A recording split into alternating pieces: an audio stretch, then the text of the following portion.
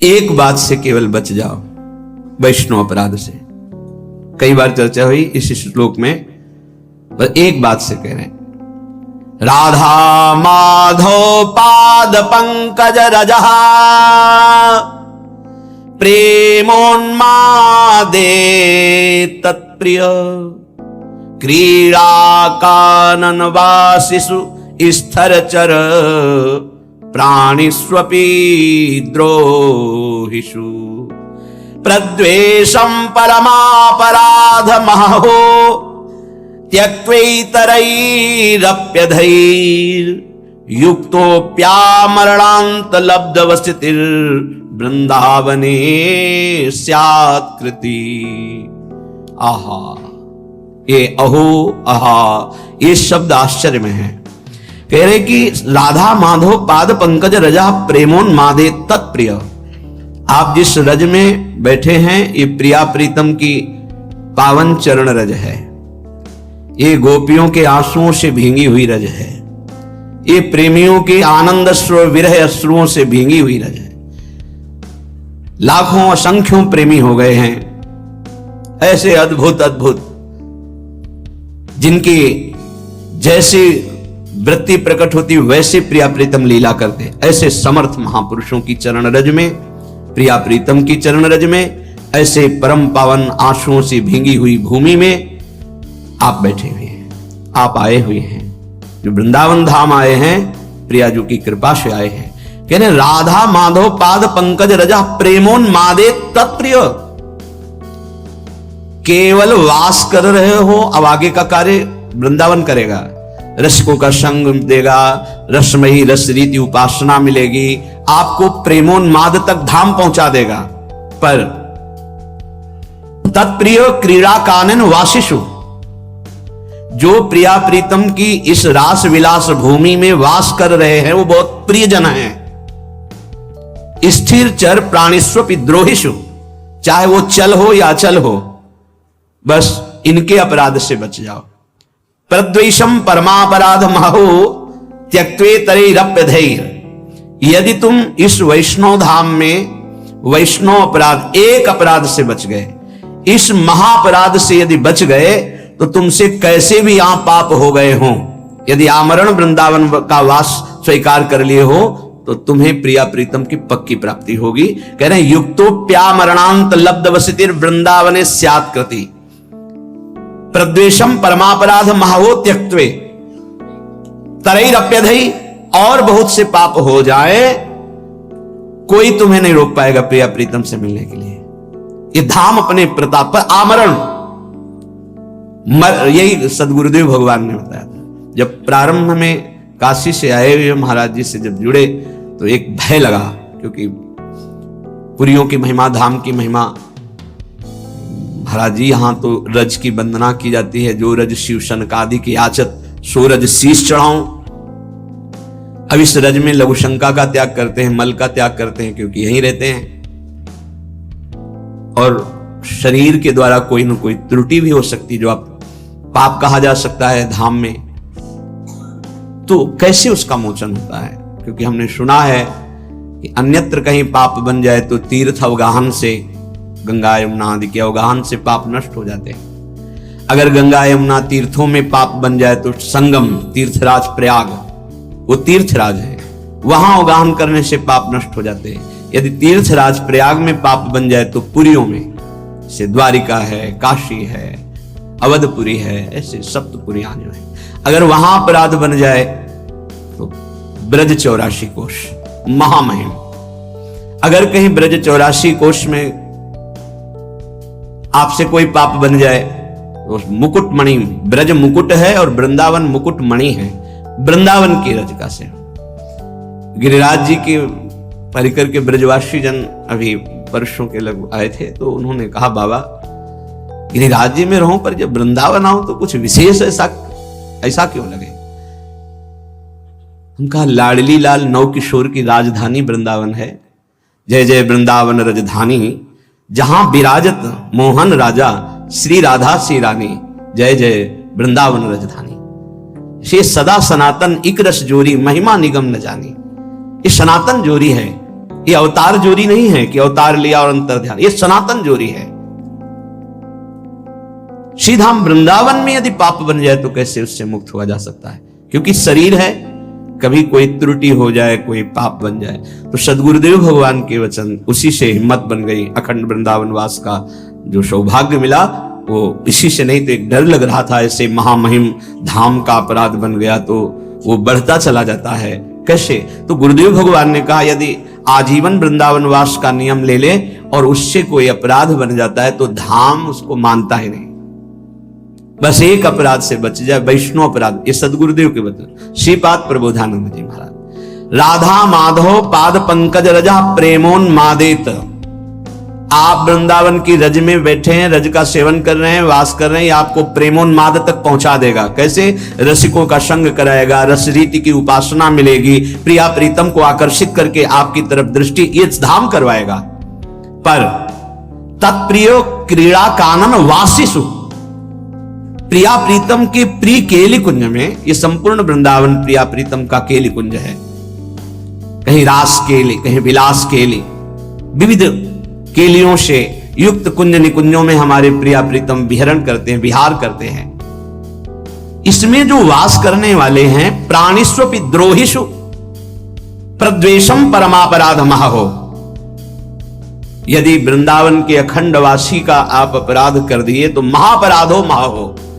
फिर प्रेमोन्माद की बात तो जाने दो, पीछे श्लोक में सुना था कि राधा माधव फिर उस पर कृपा दृष्टि नहीं करते। बोले अगर ये त्याग दिए तुम कि वैष्णव अपराध नहीं होगा। पीछे श्लोक में सुने थे, उसको व्याख्या करने में डर लग रहा था कि अनाधिकारी जीव कहीं दोष बुद्धि न कर ले, इसलिए उसे गुप्त कर दिया था। एक पंक्ति की केवल बात, वृंदावन का वासी उगता हुआ बाल सूर्य है, उगता हुआ, अभी उगा नहीं है। तुम उसके लिए दीवांध रहो। दीवांध कहते हैं उल्लू को। उल्लू क्या? दिन में उसको दिखाई नहीं देता।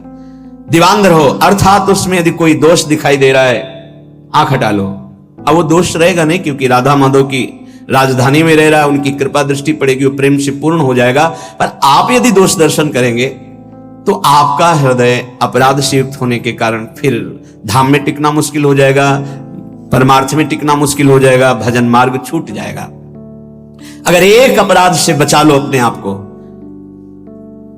प्राणिष्वपि द्रोहिषु प्रद्वेषम परमापराध महो त्यक्तई, तो फिर कह रहे हैं अतरैरप्यधे, और कोई पाप बन जाए तो युक्तोप्यामरणांत लब्ध वसति वृंदावन स्यात्कृति, वृंदावन उसे महान सुकृति बना देता है, उसके कोई पाप नहीं मानता।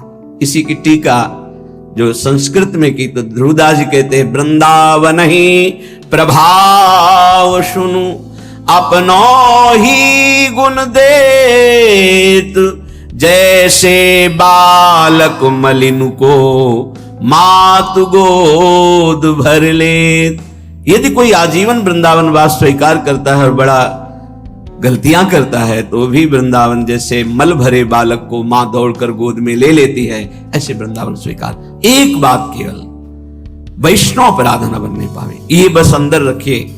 धामवासी के प्रति कोई अपराध न बनने पावे।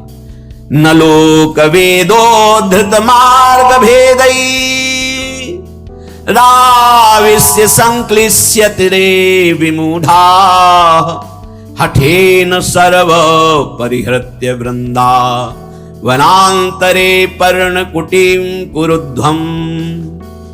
ऐ विमूढ़, कलिकाल है तो साधना के द्वारा सिद्धि नहीं प्राप्त कर पाएगा। क्या कर?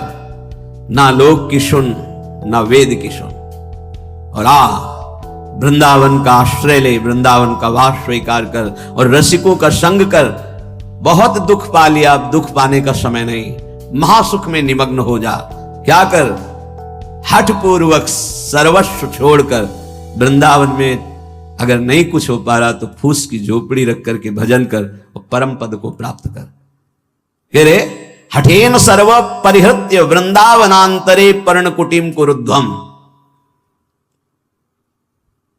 किसी ने अपने गुरुदेव से कहा कि अमुक का आश्रम इतने एकड़ में बना हुआ है, बाहर कहीं, यहां वृंदावन के वासी से। तो उन्होंने कहा कि पंडित जी आप अभी समझ नहीं पा रहे हो, यहां एक छोटी सी फूस की झोपड़ी बनाकर जो वास करता है उसकी बराबरी ब्रह्मा भी नहीं कर सकते। तुम एकड़ों से जोड़ रहे हो।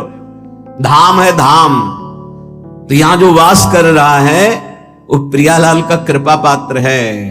प्रियालाल ने उसे पास दिया है, ऐसे थोड़ी यहां वास कर रहा है। ये श्रीधाम वृंदावन है, ये कोई नगर नहीं है, ब्रह्मा के द्वारा रचा नहीं है। अभी दृष्टि हमारी ब्रह्मा के द्वारा रची, इसलिए केवल ब्रह्मा की रची माया ही दिखाई दे रही है। अभी धाम और चिदानंद भाव नहीं आया, इसलिए यही भाव प्रदान कर देगा, धाम प्रदान कर देगा। तो तुम लोक और वेद के जो मार्ग हैं उनका हठेन सर्वम परिहत्य, हठ पूर्वक त्याग कर दो।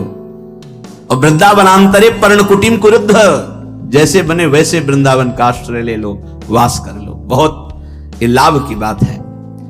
यत्तद् बलगन्तु शास्त्रण्यः हो जनतया गृहीतां यत्तदेव स्वं स्वं यत्तन्मतं स्थापयतु लघुमतिस्तर्कमात्र प्रवीणः अस्माकन्तु ज्वलैकोन्मद विमल रस प्रेम पीयूष मूर्ते श्री राधाया विहाराट विमिहन विनान्यत्र निर्याति चेतः।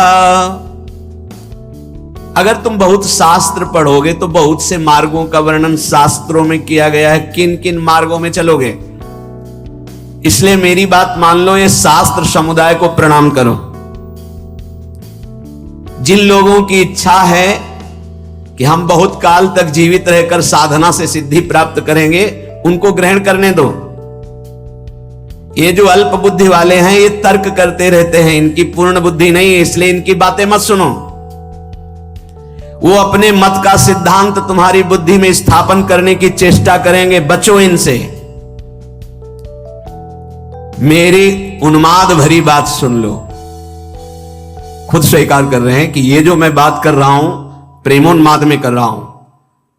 सब साधनाओं का, समस्त शास्त्रों का, समस्त ऋषि महात्माओं का एक ही मत है, प्रेम, चाहे वो आत्म प्रेम या भगवत प्रेम। ढाई आखर प्रेम के पढ़े सो पंडित होए।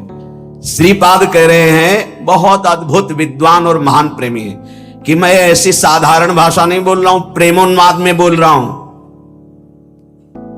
अस्माकन्तु ज्वलैकोन्मद विमल रस, अत्यंत उज्जवल प्रेम रस जो उन्माद प्रकट करने वाला है, उसमें स्थित होकर बोल रहा हूं कि तुम शास्त्र समुदाय जिन साधनों की व्यवस्था करते हैं प्रणाम करो, समय नहीं है।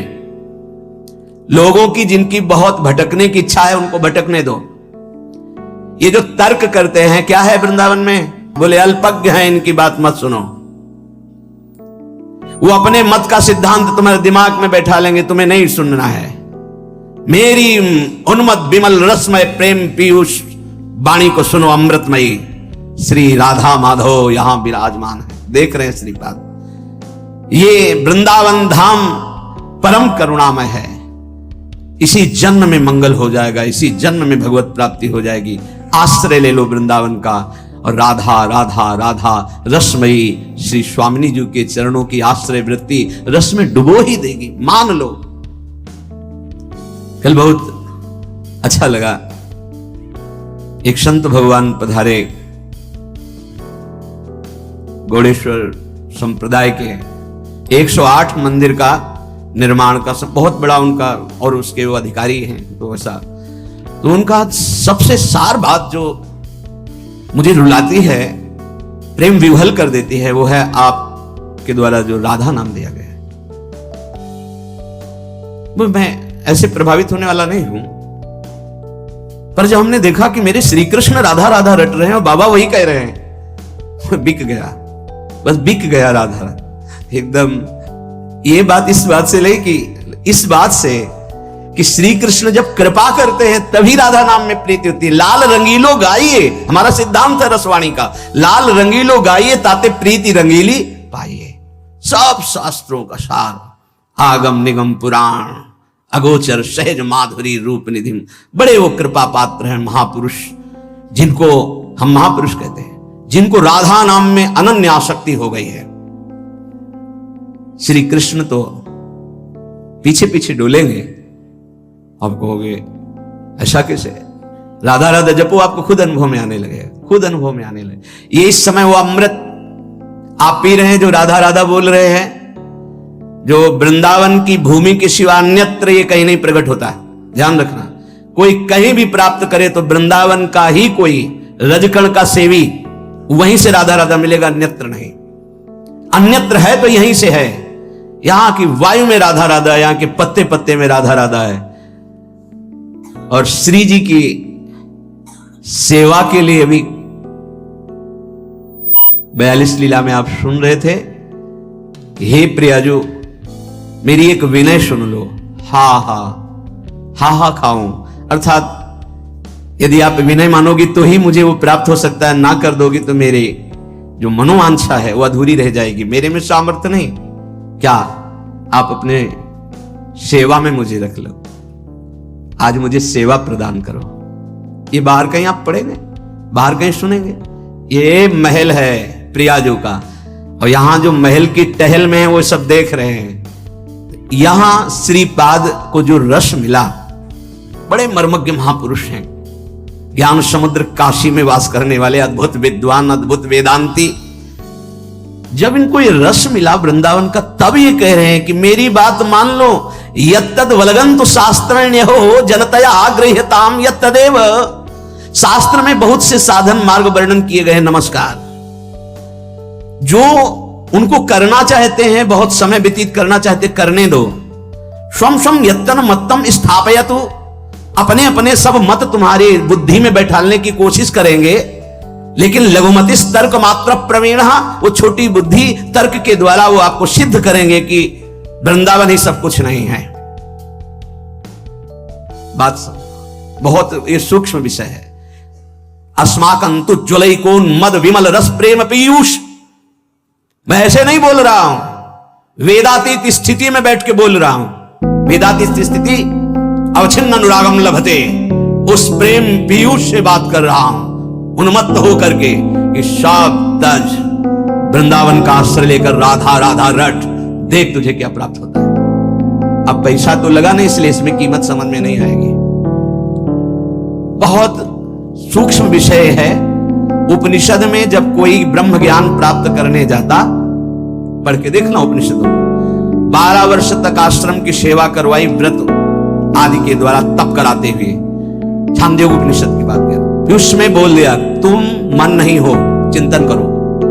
12 वर्ष के तप के बाद एक शब्द ब्रह्म ऋषि बोला कि तुम मन नहीं हो। फिर 12 वर्ष तुम प्राण नहीं हो। अपने आप अनुभव हो गया मैं कौन हूं, वो बताना नहीं पड़ा। नहीं नहीं नहीं तो जो है वो, अब यहां 5 मिनट में वो रस की बात सुनने को मिली जो अत्यंत गूढ़ है। तो आपको लग रहा है ऐसी तो रोज बातें होती रहती, प्रवचन की इस कान से सुना निकाल दिया। बहुत कठिन करके मिले, बहुत कष्ट से मिले तो उसका मात होता है। प्राणी की ऐसी कुछ सोच है, सहज में तो उसको विश्वास नहीं होता कि ऐसा कैसे हो जाएगा, ऐसा कैसे हो सकता है। कीमत लगा के मिले, कष्ट सह के मिले, तब उसको लगता है पता है ऐसे थोड़ी बात सुनने को मिलती, इतने लाख देना पड़ा, इतने दिन, अरे बोले सालों नंबर लगाने के बाद, तब तो उसको लगता है कीमती है। और सहज में ऐसे गली चलते मिल जाए अमूल्य बात तो उसको समझ में नहीं आती। श्रीपाद कह रहे हैं मैं प्रेम में उन्मत्त होकर बोल रहा हूं कि आपको भी प्रेम में उन्मत्त कर देगा। श्री राधा विहार वन वृंदावन का आश्रय या वास दोनों में बराबरी है। यदि ठीक से आश्रय हो गया तो वास का ही फल मिलता है। और राधा राधा राधा, अब ये छोड़कर कहीं भी अन्य आश्रय मत लो। ना समय है, ना इतना ज्ञान है, ना इतनी सामर्थ्य है। राधा राधा पुकारो, अलवेली सरकार करुणामयी स्वामिनी, जिनके अधीन पर ब्रह्म परमात्मा तत्व है। चाहे मोक्ष चाहना, चाहे परम पद प्रेम जो चाहना, सब पूर्ण हो जाएगा। पूज्यपाद श्री उड़िया बाबा जी महाराज भक्त को या भगवान जानते हैं या भक्त जिसे अपना परिचय करा देता है वो जानता है, दूसरा नहीं जान सकता। बाहरी किसी भी चेष्टा से आप अनुमान केवल अपनी बुद्धि के बल के अनुसार लगा सकते हैं, स्थिति को नहीं जान सकते हैं। केवल विद्वान भक्त को जान जाए असंभव, कि बहुत शास्त्रों का पढ़ा हुआ है तो भक्त को जान जाए। भगवान जानते हैं या भक्त जना दे जिसको, जैसे भगवान के लिए है सोई जानई जही देहु जनाई, जानत तुम्हें तुम्हें हो जाई। संसारी पुरुषों को हटाने में 1 मिनट लगता है, भक्तों को 1 मिनट, अपने आप हट जाएंगे सब। कबीरदास जी महाराज काशी में विराजमान थे, लाखों की भीड़ जुटने लगी। जब उनका अद्भुत अद्भुत चमत्कार प्रकाशित हुआ तो लाखों की भीड़ जुटने, पर चमत्कार तभी प्रकाशित होता है जब चिदानंद में चित्तवृत्ति जुड़ती है और संतों के प्रति भगवत भाव होता है। अपने कर कमल से कबीरदास जी बुन करके जो वस्त्र वो बाजार में बेचते, मूल से पुनः खरीदते और जो मुनाफा होता उससे संत सेवा करते थे। एक दिन पूरा थान लेकर के गए तो एक संत भगवान की मंडली थी, तो संत भगवान जो मुखिया थे आए और कहा पूरा वस्त्र दे दो, सबके लिए लंगोटी और अचला का काम करेगा। दे दिया। अब जब मूल ही नहीं मिला तो मुनाफा की क्या बात, तो घर में ना तो सेवा के लिए कुछ, तो जाके एकांत बैठ गए। अब क्या करें, घर जाते जब मूल मिलता तो उससे धागा खरीदते, जो मुनाफा मिलता उससे संत सेवा घर का कार्य चलता। एकांत बैठ गए और भगवान नाम जपने लगे। भगवान ने देखा कि कई संत समय से आ गए, जहां बहुत श्रद्धा से सेवा होती है वहां संत भगवानों की कृपा होती रहती है। भगवान तत्काल गाड़ियों में ये आटा, चीनी, घी, ये कई गाड़ी सब सामग्री भर करके पहुंचे। कबीरदास जी की माता जी थी, उनसे कहा कि आज वो आ नहीं पाएंगे, किसी कार्य में हैं, ये सब सामग्री भेजी, आज बड़ा मुनाफा हुआ है। बहुत बड़े धनी को उन्होंने वस्त्र बेचा है, जबकि एक मूल भी नहीं मिला था, कुछ संत को दे दिया था। तो संत के स्वामी कौन है? हरि। तो बहुत बड़े धनी से सौदा हो गया ना खूब। और कहा जब तक वो आए ना तब तक यहाँ के काशी के जितने भी विद्वान ब्राह्मण संत महात्मा सबके यहाँ सीधा एक कोतवाल होते हैं सूचना देने वाले संतों में, पूरी काशी में कि कबीरदास जी घी, चीनी ये और 2-2 मोहरे स्वर्ण की भेंट में। जहां कबीरदास जी एक झाड़ी में छुपे भजन कर रहे थे, वहां से कई लोग निकले, बोले धन्य है कबीर जी को, कितना सामग्री उत्साह पूर्वक बांट रहे थे। अरे भाई बोले हम तो सोचा था सामग्री मिलेगी, लेकिन 2-2 स्वर्ण मोहरे मिली। कबीरदास जी ने कहा हम तो यहाँ छुपे बैठे हैं, कुछ था ही नहीं, ये कैसे? जब वहां पहुंचे तो वहां लाइन में सब बट रहा था। मां बड़ी प्रसन्न थी, बच्चा आज तुमने सौदा किस धनी से किया, बहुत माला माल कर। वो मुस्कुराए और चुप। बड़ा यश फैल रहा था। कबीरदास जी ने विचार किया कि तो वो ठीक नहीं है, ज्यादा यश कीर्ति भीड़ तो फिर भजन में बड़ा विघ्न पड़ेगा। तो एक चाल चलते हैं जिससे साफ भाग जाएंगे। काशी में परम भाग्यवती वैश्या भी रहती थी, जो काशी में रह रही, जनकपुरी में थी जैसे पिंगला वैश्या, उनके पास जो ही गए तो खड़ी हो गई दंडवत करके, महाराज आपका दर्शन तो यहां उचित नहीं है, कोई देख भी लेगा तो अश्रद्धा कर लेगा, हम लोग ऐसी नीच मानी जाती है समाज में आप। तो उनका नहीं नहीं, हम तो आए हैं आपके सानिध्य की याचना करने। कुछ समझ में नहीं आया कि इतने बड़े महापुरुष वैश्या के सानिध्य की। बोले अगर आप एक सहयोग कर दे हमारा तो। बोले हाँ। बहुत विघ्न पड़ने लगा, भजन में बड़ी भीड़ इकट्ठा होती है, तुम केवल थोड़ा सहयोग कर दो कि काशी की 2-4 गलियों में प्रधान हमारे गले में हाथ डालकर बस चल दो, और सब हम संभाल लेंगे, सब खत्म हो जाएगा। अब महाराज कोई पूछेगा नहीं। बोले इसीलिए कोई हमें पूछे ना, हम इसीलिए। तो महाराज हम तो निर्लज ही है, जहां चाहो चाहे, और आपके साथ हमें और कोई। गंगा जल भरा, थोड़ा उसमें रंग मिलाया, बीच बीच में गंगा जल का घूंट। और राजा तक काशी नरेश ने जब सूचना सुनी, शिष्य थे,